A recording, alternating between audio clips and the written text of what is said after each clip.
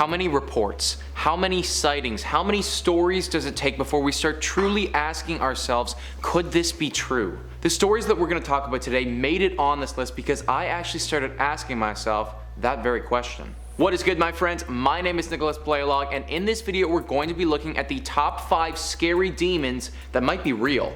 Let's get into it. Number 5 on this list is the Jersey Devil. And no, I'm not referencing the hockey team, the New Jersey Devils. I'm actually talking about the winged beast that soars the skies in that area. The Jersey Devil is described as being a massive kangaroo-like creature with hooves as feet, a goat's head, and demon wings. It also has a tail that is very similar to that of the devil. It is very fast and can be distinguished by its extremely loud pterodactyl-like scream. The whole legend of the Jersey Devil has some old origins. The story begins in the 17th century when a mother, who some claim to be a witch, was having her 13th child. In some versions of the story, she cursed this child since she didn't want a 13th kid. But in others, it just contracted the abilities that it has today because she was a witch and had a pact with the devil. One thing that remains consistent though is that she had this child and then after it was born, transformed into the creature that I just described and flew out of the home and into some nearby woods. This devil has lived in the woods of Jersey ever since, and it's been sighted quite a few times over the years. Many livestock deaths have been linked to the Jersey Devil, with the carcasses of these animals being completely mauled in an unknown way. One story depicts how somebody in the 1800s fired a cannonball at this creature and it literally had no effect at all. In January of 1909, the legend reached a new height when there was a wave of sightings from various different people all in the same region. It got so big in the media that the Philadelphia Zoo even offered a reward of $10,000, which when I used an inflation calculator would have been worth $300,000 today. Now this could simply be a manifestation of people's imaginations, but with the incredible number of stories related to this demon, with the fact that a zoo was willing to fork over a small fortune for this thing, I actually think that it might be real. Number 4 on this list is the Dover Demon. The Dover Demon is an urban legend that is based out of Dover, Massachusetts, and has gained a lot of traction throughout the years. Back in 1977, the Dover Demon had its first sighting by a 17-year-old named William Bartlett. William claimed that he saw this strange creature when he was driving home on April 21st. Now, he described this creature as having super large eyes, long tendril-like fingers, a massive head, and spindly limbs. He said that he saw this strange demon sitting on top of a broken stone wall, staring down at him. When he reported it to the police, he had to make a drawing of the creature, and after looking at it, I personally got some very serious amphibian vibes. What's super interesting about this story though is that the next night, on April 22nd, somebody else reported seeing this creature as well. This was a 15-year-old named John Baxter, and he said that he saw the creature on Miller Road in the same town. And then what gets even crazier is that the following day, another 15-year-old named Abby Brabham said that she saw this being on Springdale Avenue in the same town. The police made all of them draw pictures of this creature, and all of them were eerily similar to each other. Now since then there hasn't been much rumblings about the Dover Demon, so let's just break this down a little bit. We have a weird amphibian looking creature that had reportedly only been seen in a 3-day time frame.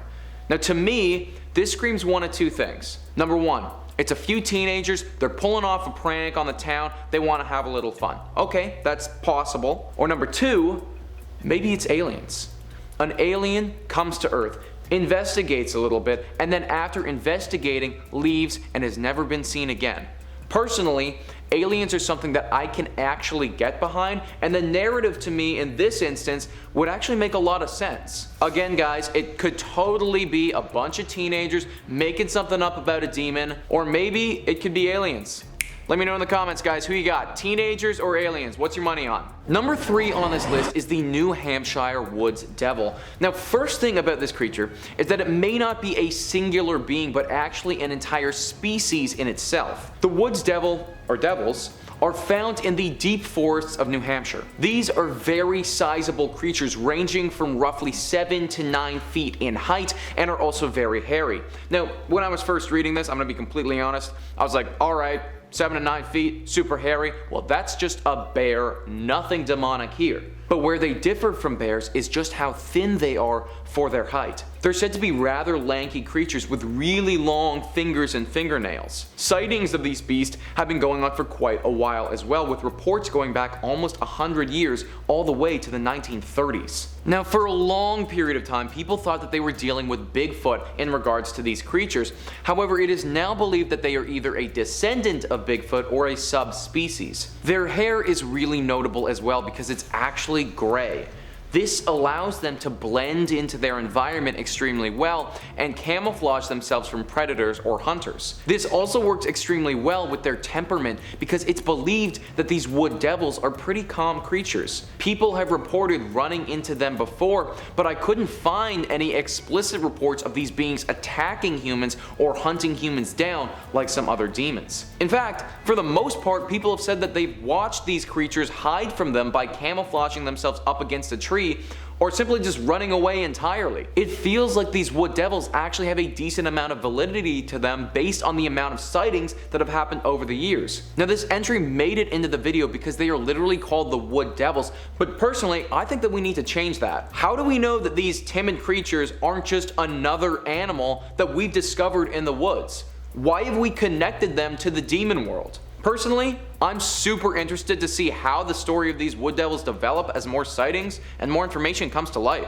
Number 2 on this list is Kuchisake Onna. Kuchisake Onna is a Japanese legend that depicts a girl who is rather beautiful but has deep slits on the sides of her mouth. Her appearance is actually very similar to that of the Joker in Batman, with cuts on either side. The reason that I'm saying that she might be real is just how deeply rooted she is in Japanese culture, with practically the whole country aware and likely afraid of Kuchisake Onna. The legend of this demon has been told over centuries and is always the same story. This girl will appear with a face mask on or some other thing that's covering her mouth.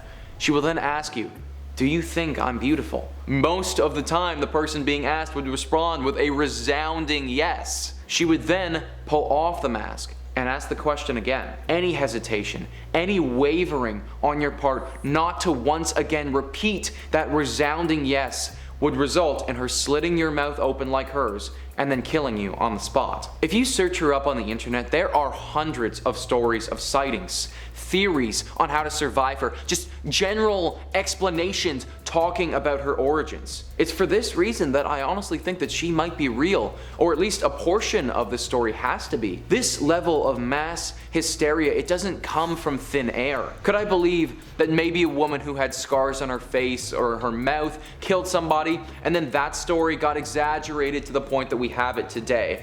Maybe. But the point that I'm trying to make is that she might just be real based on the amount of lore that surrounds her. Obviously, we can't be sure, but if a woman ever approaches you asking if she's pretty, the answer, it's always yes. Number 1 on this list is Vampire Mercy Brown. Vampire Mercy Brown is a 100% true story that occurred in the later 1800s about a demonic vampire. George Brown was a family man. He had a wife, a few kids. Sadly, George's entire family started to drop in a matter of months. First, it started with his wife Mary, then a few months later his daughter Olive, then his daughter Mercy, and then his teenage son Edwin. What would happen is they would just become immediately frail and sick and then die, and nobody could explain why this was happening. The townsfolk though started to believe that something supernatural was afoot here and decided that they were going to go and check the bodies of these dead people in their graves. When they did, they discovered something that really shook them to their core. George's one daughter Mercy had been underground at this point for roughly 2.5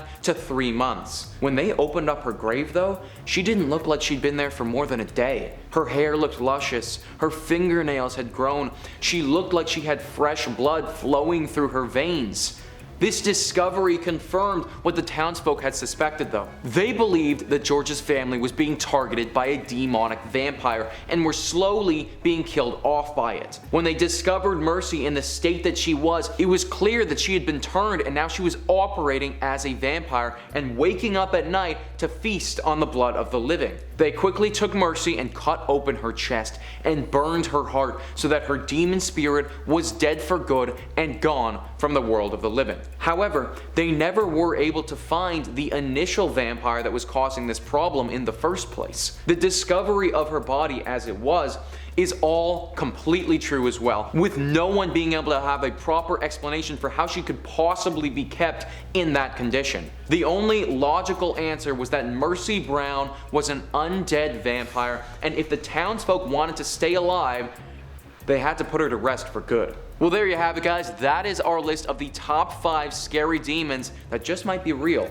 Please let me know in the comments down below what you thought about this list and some other demons that you might think are real. Please also hit the like and subscribe button. Thank you so much for watching, and I'll catch you next time.